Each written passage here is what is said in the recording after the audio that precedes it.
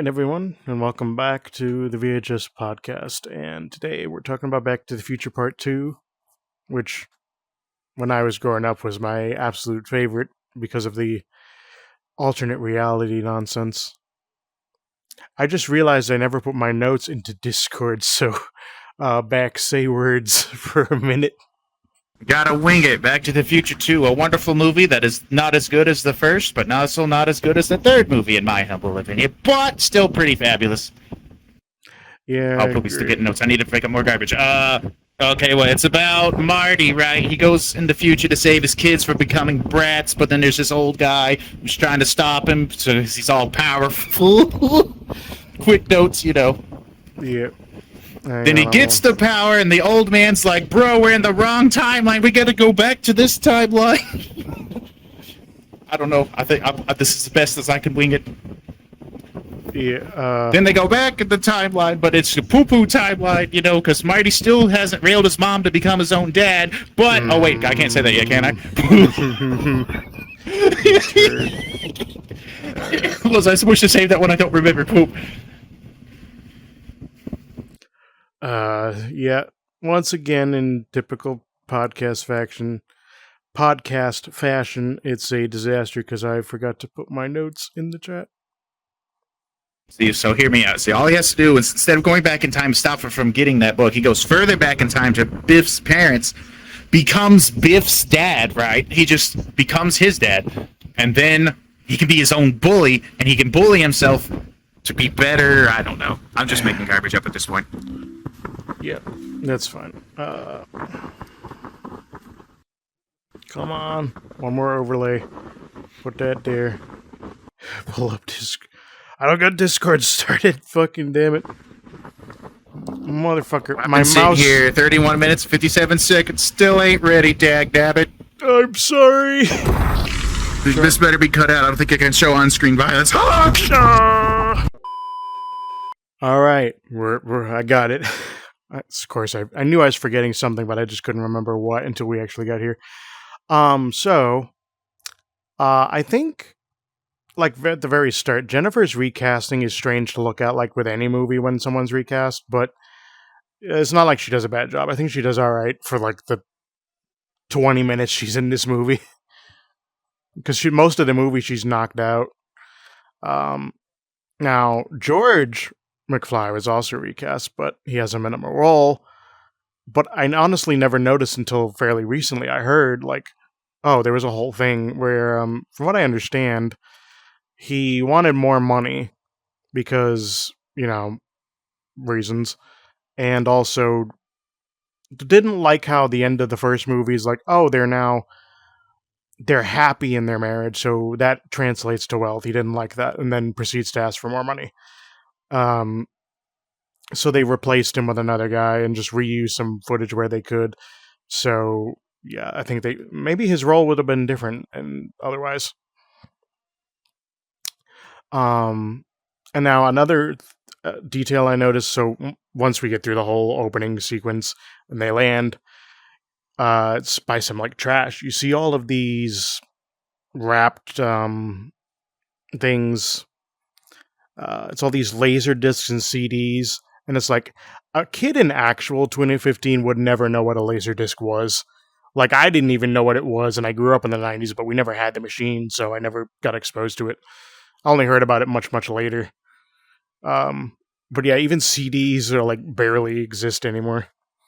Except, like, we still use them for DVDs, Blu-rays, 4Ks, but you don't really see CDs as much. I see vinyl, believe it or not. It's just about everywhere at Walmart. I mean, I see them, but it's like... believe it. I saw it in there one day. I'm like, I had to think. I called my family. I'm like, yo, there's vinyl here. Yeah, I mean, at this point at my Walmart, they have more vinyls than CDs because vinyls, like, had a comeback and everything. But I remember growing up... sounds better. It's kind of... it can be. But I don't know. I don't know if my record player is garbage, but it did not sound better, at least for the record I had. But anyway, it's like when I was a kid, I remember going into Walmart and there would be like a whole aisle that was just CDs. And now it's like a section that's like this wide. and that's it. Um, but yes, like it kind of like made sense. Like the laser disc came out, and like mm, I forget if it was like the early '80s or maybe the '70s or something, and it kind of just died off in the '90s because CDs came out and they started making DVDs, and you also had VHS out at the time, so it was just better. It was cheaper. It wasn't better quality, but it was cheaper, so it just died. And then I love if you didn't know this, you have the whole gag with Doc like I went to a rejuvenation clinic and he rips off his face. It's because in the first movie in 1985 he had to wear old makeup. So then in 1955 he just looked like how he regularly looked at that time. So it was a built-in excuse so he wouldn't have to wear old makeup for the whole movie. And I think that's creative. That was clever. Um, anything you want to say? Because I don't want to talk for the entire time. Well, I actually didn't find out recently until I thought. Well, I guess I knew, but they explained like in detail how they did that scene with future Marty and his kids because Marty played every single one of those people. Yeah, he plays himself. He plays 1985 Marty. He plays 2015 Marty. He plays Marty Jr. And he plays He plays the girl's name? His daughter too. I don't I remember, can't remember what her daughter's name is, but she's only got like one line. I think maybe two. If I can remember right. She's like comes down the stairs. She comes down the stairs like right after Lorraine. I mean, not Lorraine. After Jennifer's dropped off, and then she says like something at dinner and disappears. She's using a VR headset in that scene actually for a phone call. She's supposed to have a lot more. She was supposed to have a lot more dialogue, but they cut it all out. Yeah, there's deleted scenes with her and stuff, but yeah, it was just too much. Those deleted scenes are awesome. Because you got to think. I don't know why they take them out. He's got to go into makeup. He's got to get the wig. He's got to put on her outfit, play her part. Then he's got to dress as Marty Jr., play that part. Then he's got to go into old makeup for like a couple hours probably. Or maybe they had something that they could just slap on real quick. Maybe a mask or whatever. And then he's got to dress as old Marty and do the same damn scene again.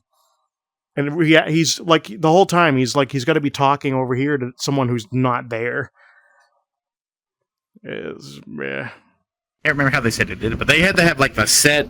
The set has to be staged up right because it's on film, so they can stitch it together. I can't remember how they all did it. I have to look at it again. Usually, how they do this sort of thing is the camera has to either be stationary or it has to be on some kind of automated track where it's going to move the same way each time, and they just got to time it right. And then they can just like splice it together with like literally they would just like cut in the middle of it and just like crop you out, and then it works. But especially in these older movies, it's always like noticeable. There's always something uncanny where you can tell it's like, yeah, this is the same person, because something just looks off, especially when they pass by each other because of how they have to crop things. Now, over in the Cafe 80s scene, again, if you didn't know, this is pretty common knowledge at this point, but one of the kids playing the Wild Gunman game is Elijah Wood, Frodo. Oh, see. And like, I remember, like, didn't know the name. I've seen Back to the Future before I saw Lord of the Rings. So then, like, I watched Lord of the Rings and, like, this guy looks familiar, but, like, I couldn't really place it. And then we watched Back to the Future sometime after, and I'm like, is that little Frodo? Oh my God. And then it was like, yeah, that is him. It was just one of his first roles. He's in friggin' Back to the Future. Also, this only occurred to me when I was watching it the other day. So you got this Terry guy who, when he's in 2015, he's collecting money for the clock tower, but in 1955, he's the mechanic fixing Biff's car. But they're like still raising money to stop the replacement of the clock tower, and I'm like, there's clearly some embezzlement going on. They've been raising money for 60 years, and they still don't have enough. Something's fishy. And let's see what else. Meanwhile, during the attempt to rescue Jennifer, Biff takes the DeLorean and goes back to change the past, but for whatever reason doesn't radically change everything around them. Takes a while. Which, yeah, like, I feel like it should have, like, really drastically changed it. I wish they kept that deleted scene in where he comes back and he fades away. But it's that deleted. was awesome.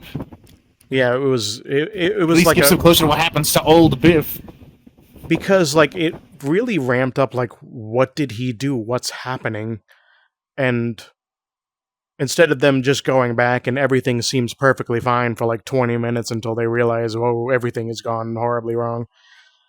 But yeah, once they return, they find like the horror of what the presents become. Biff's is basically in charge of Hill Valley. He's married to Lorraine. George has been dead for 12 years. And the plan's made. We gotta go back. They figure out the date is 1955, where Biff like went to deliver the almanac to his younger self, steal it back, and set time back to the new normal created in the first movie. And we'll get into this in the second segment when I go through the time bullshit, as I have some ideas. I got some ideas too. Are they involving what I think? Yes, it is. I figured that. So then another thing when I was watching, so when Marty gets trapped in Biff's garage, it takes Doc all day to walk into town, steal a disguise, steal a bike, and drive over. I'm like, I don't know what he was really going to do. He didn't bring any tools to like break open. But this funny thing I thought of when he ends up bumping into 1955 Doc and like hands him the wrench and all. Young Doc says like, maybe we'll bump into each other sometime again in the future. And then he says, or in the past. And it's going to be amusing because each iteration it's actually creating a slightly new timeline that they go through. So that 1955 Doc eventually is going to come around to that point and be like, bro, that was me. Sorry, I thought my nose was bleeding for a second. And then later on, at the dance, Marty's literally going to save himself when Biff's gang goes after him. It's kind of amusing. But he's going to be like, can't let the parents see, can't let himself see, all that. Going extra stealth. I could never do it. Yeah, tactical stealth. Oop, I got to turn. Nobody look. Stealth. We call it somewhere else where I'm from, sir. You watch yourself, Buster. Nah, the tunnel chase always like got me like as a kid. It was so nervous. Oh, he's on the hoverboard and Biff's just driving at him with a car. But we can drive no faster than 7 miles per year, apparently, because that hoverboard can move, it can outrun them cars. Yeah, barely. And I think at the end, the most comically and also tense moment is when Doc gets struck by lightning right after Marty says, "Be careful not to get struck by lightning," and then psh, zap. Like, come on. The timing was just too much. And then... At least the post office was nice enough to deliver the letter, though. Like, just get out there at midnight in the pouring rain. I mean, the thing is, though, like, he must have given them a sizable amount of money, and they're just probably like, man, this crazy old bastard, but whatever, he paid us, we'll do it. Even then, that letter was, 100 years old? No, 100 years from 1885 would be 1985. It was... Yeah. 70 years. Didn't they go back in time to 1985, and then he goes back to 1885? It's to send him a letter 100 years in the future? No, he was in 1955, wasn't he? My mistake. He was in 1955, got struck, got sent back to 1885, sent the letter, and it, like, just, it went the long way around. Came to him in 55. Yeah. It's 70 years later. Yeah, he's in the 50s. My mistake. Yeah. And that's, he learns of the fate and has to once again team up with 1955 Doc in order to save Doc. And That's right, and he gives him a heart attack. He's like, I just sent you back. Great Scott. Yeah. And he has to get back to the future. Oh, I hit the wrong button. All right. Anything else you want to say before we go to the doodling segment?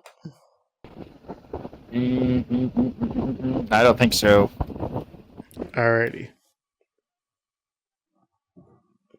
This is how I get to have the most fun. Turd. I know what you're up to. Okay, I got a new theory. Maybe I should stand in the next episode because the skirt. The funny thing about skirts is that, you know, how your booties. Man, my booty's been exposed this whole time. Should I wear pants? It's fine. This is what you wore last time. Yeah, but what if, like, people see my juicy booty? I'll put it as the thumbnail. We'll get more clicks that way. Alright, anyways. Oh, boy. We'll be right back. Alrighty, here we go. So, just like we did last time and in the movie, this line represents time. We have future. I'm going to put the present, 1985, even though that's an eternity ago at this point. And the past. I still believe in you hip young folk of the 80s. So, they're wonderful people. I'm not going to draw it yet, but keep in mind what I was saying in the first movie is there is technically a third timeline created versus the original one, which is effectively erased. The second one that Marty creates, and then the third one that alternate Marty from the first movie, like the one at the end that Marty watches drove to the past, that's like technically a different one. So we'll start, like they go 2015, Biff takes the DeLorean, goes back, and changes things, causing it to skew off into... Hang on, we gotta go all the way over here and draw this. We have 1985A, as Doc referred to it, where everything's messed up, including there is a 2015A, which we don't get to see, but it's, you know, bad enough. Also, yeah, remember, like, that's the edge, so you can stay in frame.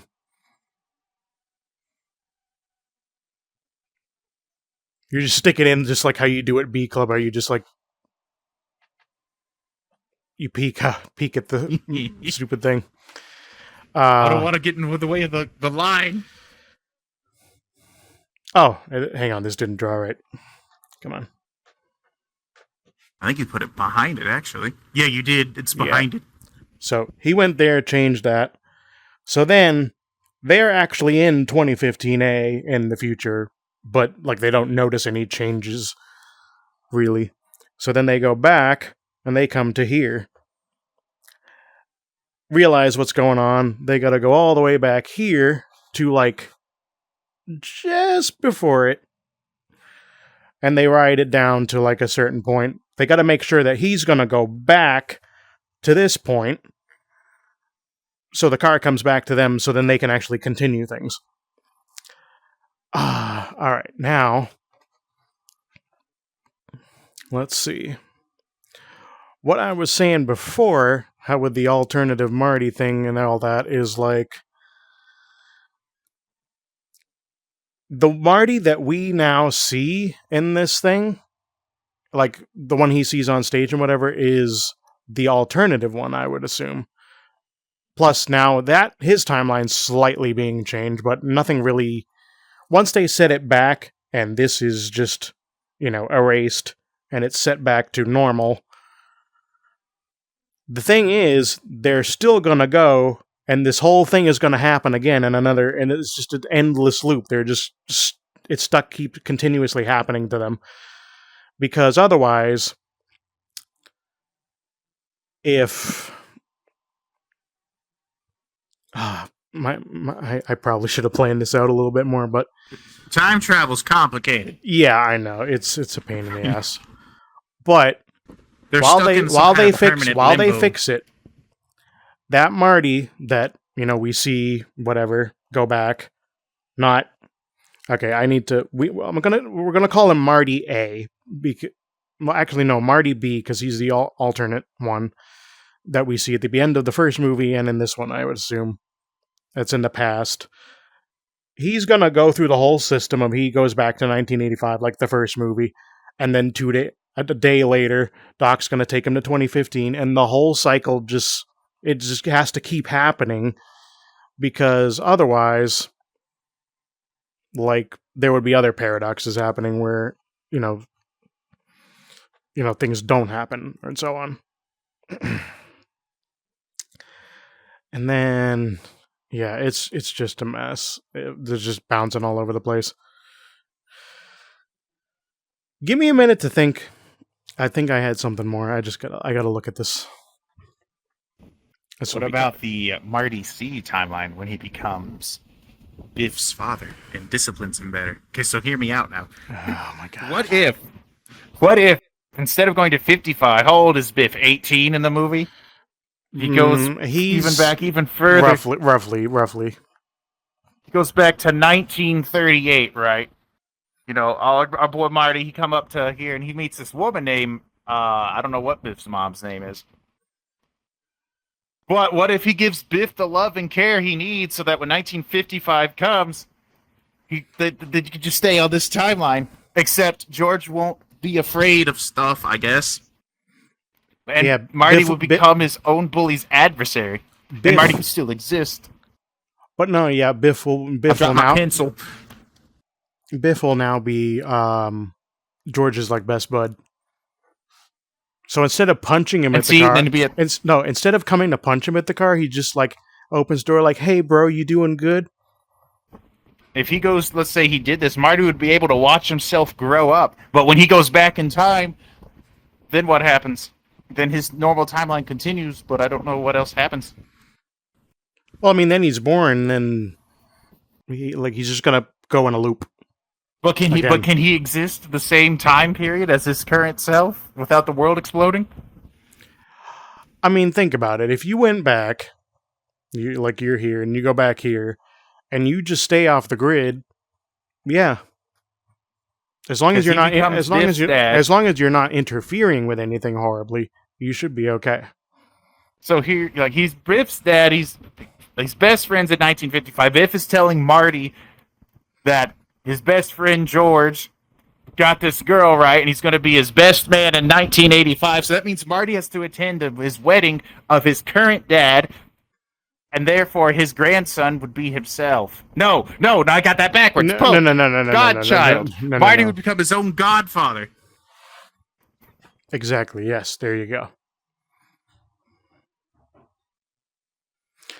All right, so... This theory, I like the theory.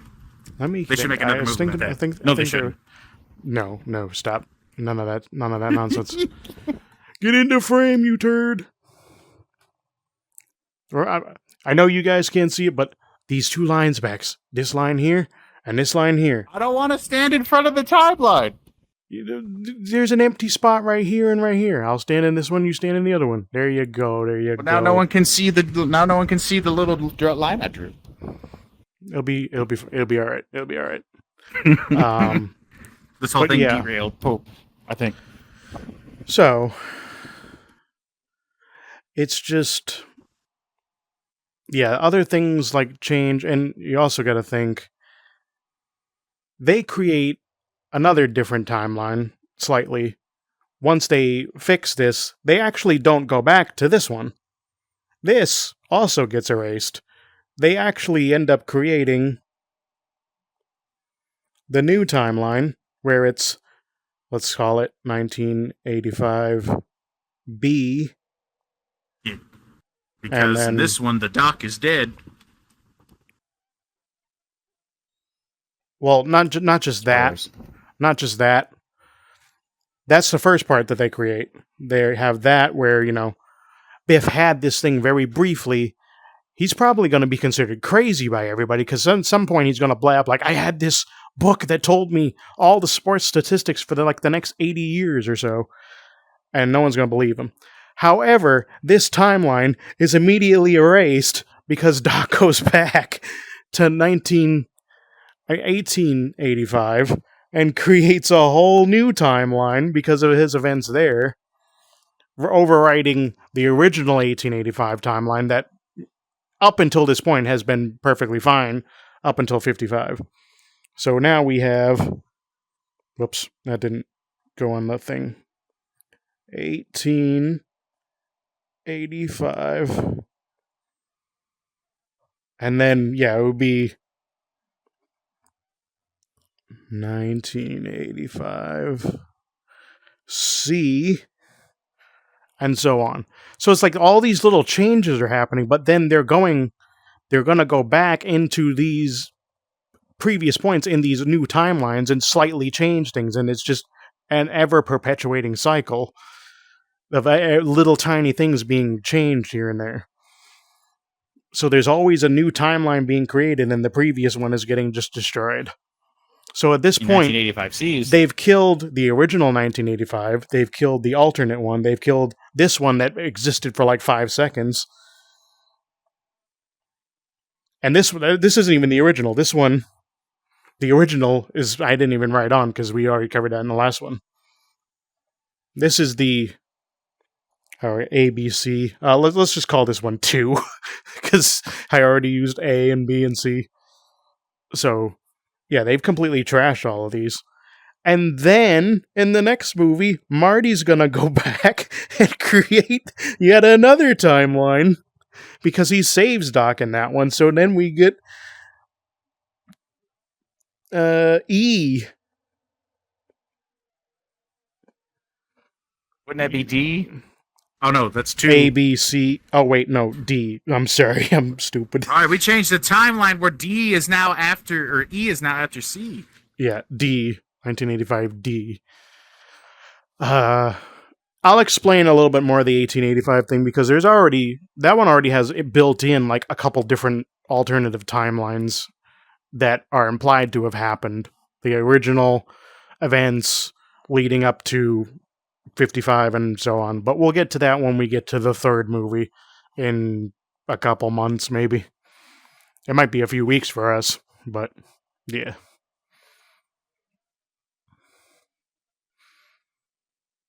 Should we make even more theories? Like, go for it. Okay, so